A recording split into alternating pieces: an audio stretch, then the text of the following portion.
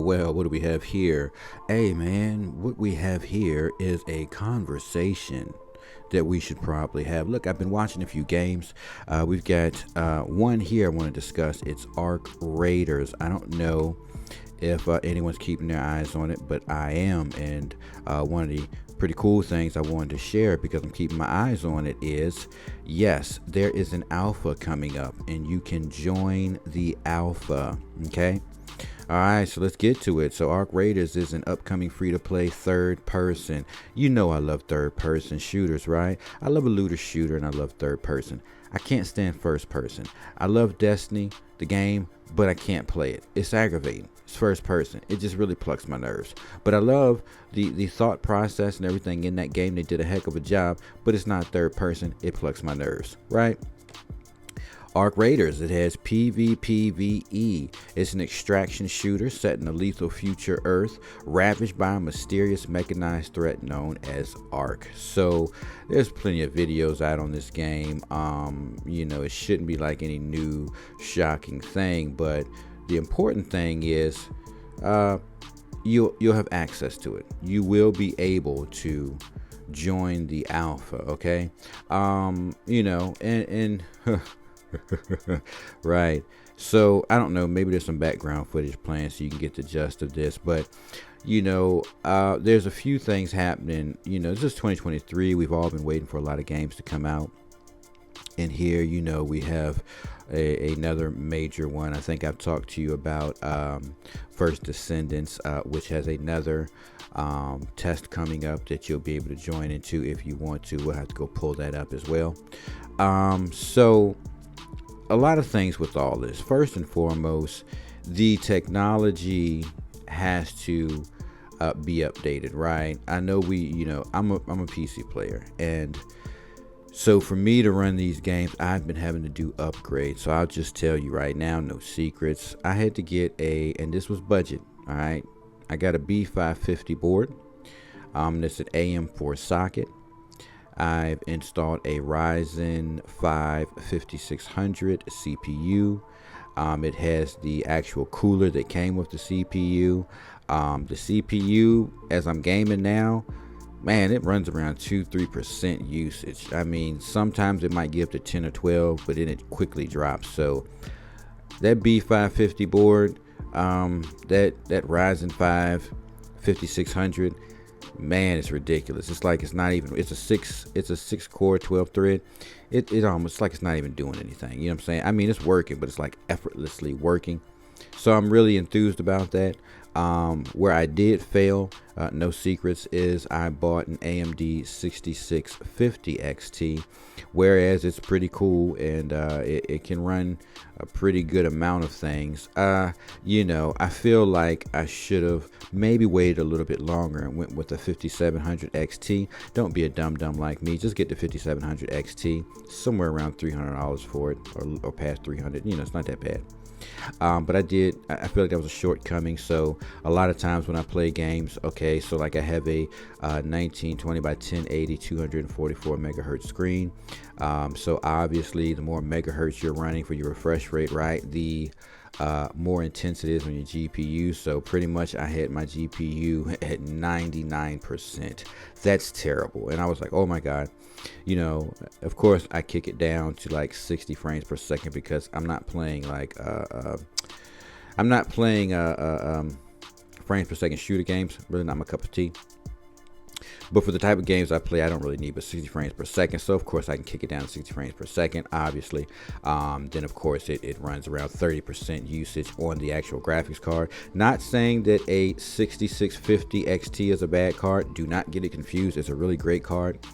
I just feel like because it's 8 gigs of RAM on that card, I could have really just spent another 30, 40, 50 bucks at the time and got the 12 gigs of RAM. So going forward in the future, and and more intensity of the games with the graphics, I could go further with it. So yeah, man, disclaimer, that's what I've done. I run about 32 gigs of memory on the board. What else? I run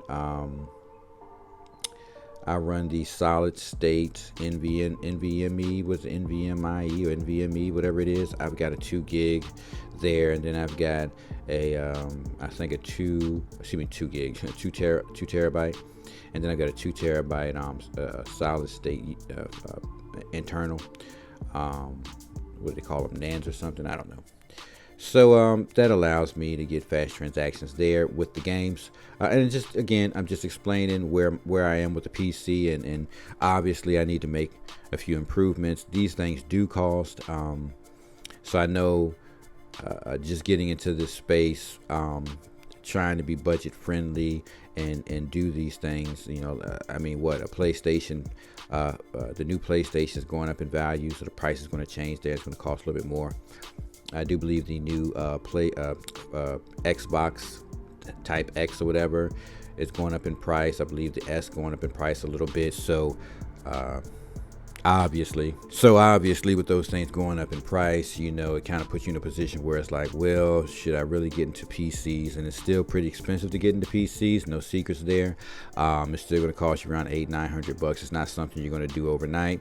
It's definitely something that's going to cost you. I don't know how people feel about dealing with that. I know a lot of people probably use things like credit cards or things like Affirm or stuff where you pay as you go. To each his own.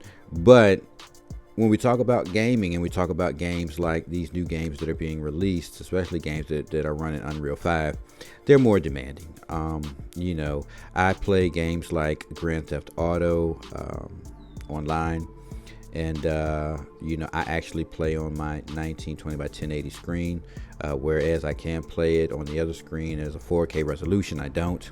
I have done it before, but it's a long screen. I like to have that for my racing games.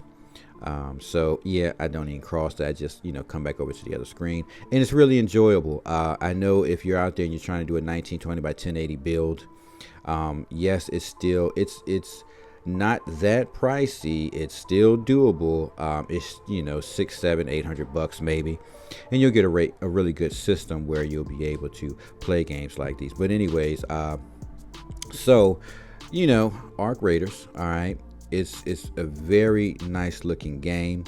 It's going to be a looter shooter, obviously. I'd like to know more about this PvE.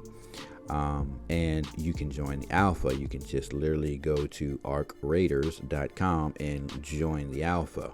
Okay, you can also follow them on Twitter, Twitter, right? And yeah, so I don't know. I just wanted to share that. If you didn't know, now you know. Go ahead and join that alpha. Get on that list and try this game out when it goes into testing mode. This is what I like to do so I can stay ahead and know which games I'm really excited for and I really want to play. Again, I did the same thing so that I could play First Descendants, and I will be signing up to get back into that one as well.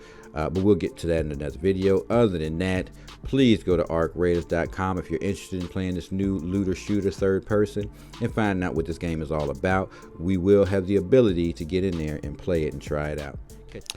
All right, so look, had to do some more checking around because what did they really mean by this extraction shooter? I wanted, because I was under the impression myself that this was going to be a looter shooter where you're just going to work together, something like Outriders, right? And, I don't know, even stuff like Warframe, right? So anyways, I don't know. So just digging around, let's find out what's really going on. So it says here, last spring, we made the decision to move the release of Arc Raiders in order to focus on releasing the finals, our team-based first-person shooter, as our first game. Arc Raiders producer Alexander Grandal said in a blog post. At that time, we also said we were giving the Arc Raiders team time to add PvP to the existing foundation of the game.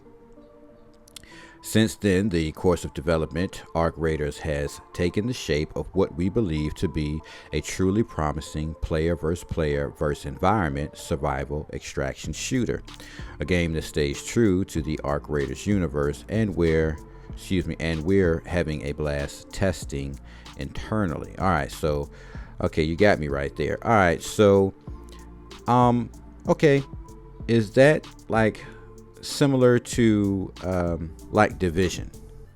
Is my question. Is it are they trying to explain this off like a form of Division where you can go into the toxic zone area and you can secure different things and you have to escape without dying, get back to the drop zone or whatever? Is that what they're trying to describe? I didn't play that much. I didn't play that much when I played the Division game, Division 2. So I'm not sure. But just makes you wonder, right? Says here's an overview of the game via its Steam page. This is Arc Raiders is a free-to-play third-person player versus environment extraction shooter set in a lethal future, Earth ravaged by a mechanical threat known as Arc. You're a raider earning your keep in the struggling colony of Speranza, fighting for survival against Arc and other raiders standing in your way. Okay, so that means, you're fighting these Arc and other players, right? Obviously the PvP side will be there fighting too to collect things as well as you're trying to collect things. Okay. All right. So it goes on to say, this place isn't safe and hasn't been for a long time. About a decade ago, a mysterious mechanized threat appeared here. They're known as Arc. People have fled to the underground colony of Speranza, seeking supplies to survive and shelter from the machines. Demand for resources is at an all-time high, but getting those resources is a risky job and it isn't for everyone, but it is a job for you. Obviously, you're going to be a raider. That's why you've enlisted as a raider, scavenging for vital supplies that are scattered across the landscape, everything from leftovers from yesterday's run-in with Arc to the unlikely remains of a pinball machine. Out there, the stakes are high and you will have to fight for your loot. Lethal Arc machines roam the surface, and there are no rules in Calabretta, so beware of other raiders. With the traders in Speranza, trust is hard-earned and easily lost. You need to earn your keep, so don't come back from a quest empty-handed. When you see another raider chased by a swarm of Arc drones, do you go in for the kill? Do you lend a helping hand? Or do you hold back and feast on the valuable remains? Arc Raiders is an upcoming third. Okay, look. So, yeah. This isn't, I mean, it's telling, right? But even though it's telling, it's kind of like, okay. All right, so based on this, right? There's some form of story there.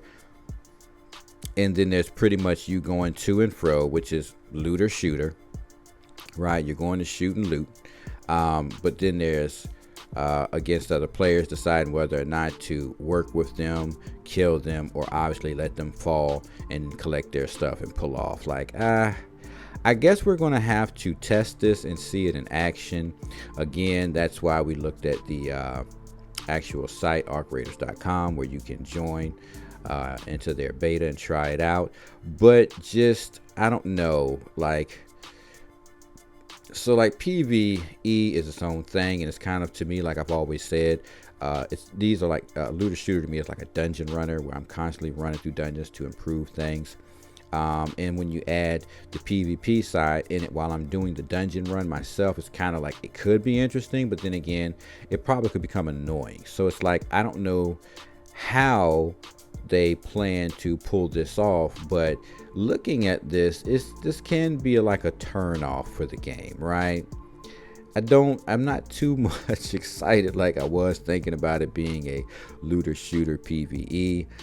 Not saying anything's wrong with PvP, not by far, but just thinking like, so what does this mean for the gameplay? Well, the gameplay loop is obviously, yeah, I don't know. So just thinking about it, like, all right, so PvP can be fun, but I think it will become something annoying unless they have a clever way of doing that.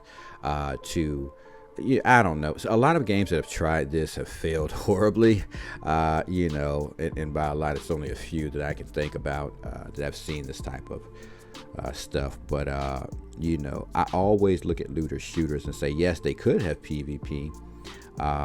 But you would want to put that in like